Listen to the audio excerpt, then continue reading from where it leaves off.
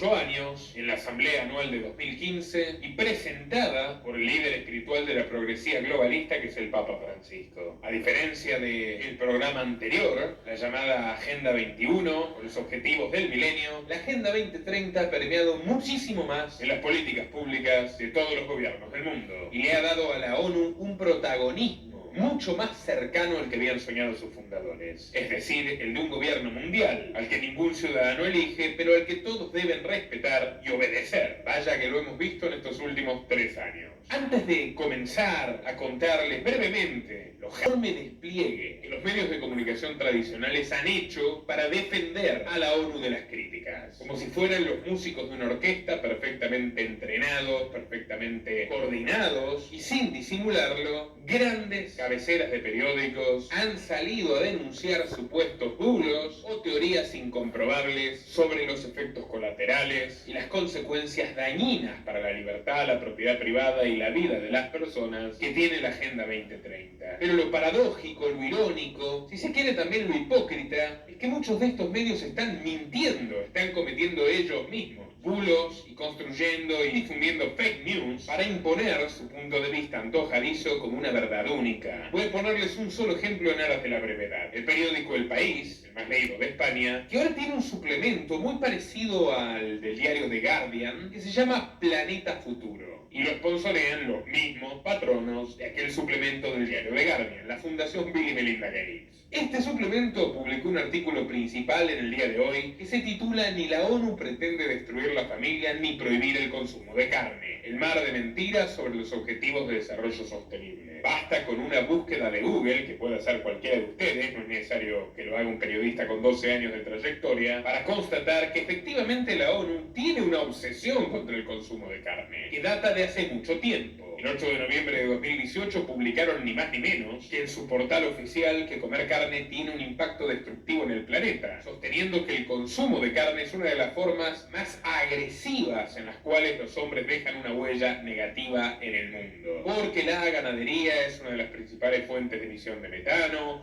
el efecto invernadero, qué malas son las vacas y toda la retahíla ya de sobra conocida. Pero en 2013, y lo levanta la BBC, no precisamente un blog derechista, la ONU ya decía que comer más insectos podría ayudar a combatir el hambre. Y 10 años después, encontramos a muchísimos organismos, como la FAO, la División Alimentaria de la ONU, o la Organización para la Agricultura y la Alimentación de esta misma entidad, financiando abiertamente proyectos de investigación científica e incluso de producción alimentaria basada en proteínas de insectos. Algo que también vehiculizan grandes donantes de la ONU, como la Fundación Rockefeller o la Fundación Bill y Melinda Gates, y que ya ha llegado incluso al tercer mundo con los fideos de grillo que se venden en la Argentina. Bueno, por supuesto, esto tiene otro costado, que es la restricción política a la producción ganadera, impuestos especiales y amenazas de prohibición completa entre los gobiernos más explícitamente adherentes al de la ONU, como por ejemplo el de Pedro Sánchez, otrora enemigo y hoy aliado principal del diario El País, que lleva a todas partes su pin de la Agenda 2030 y cuyo ministro comunista de consumo, el señor Garzón, pese a ser un habitué del delicioso jamón ibérico, ha asusado el fantasma de la prohibición total del consumo de carne para el año 2050, lo que ha generado, entre muchas otras medidas asfixiantes de corto plazo, la rebelión de los ganaderos.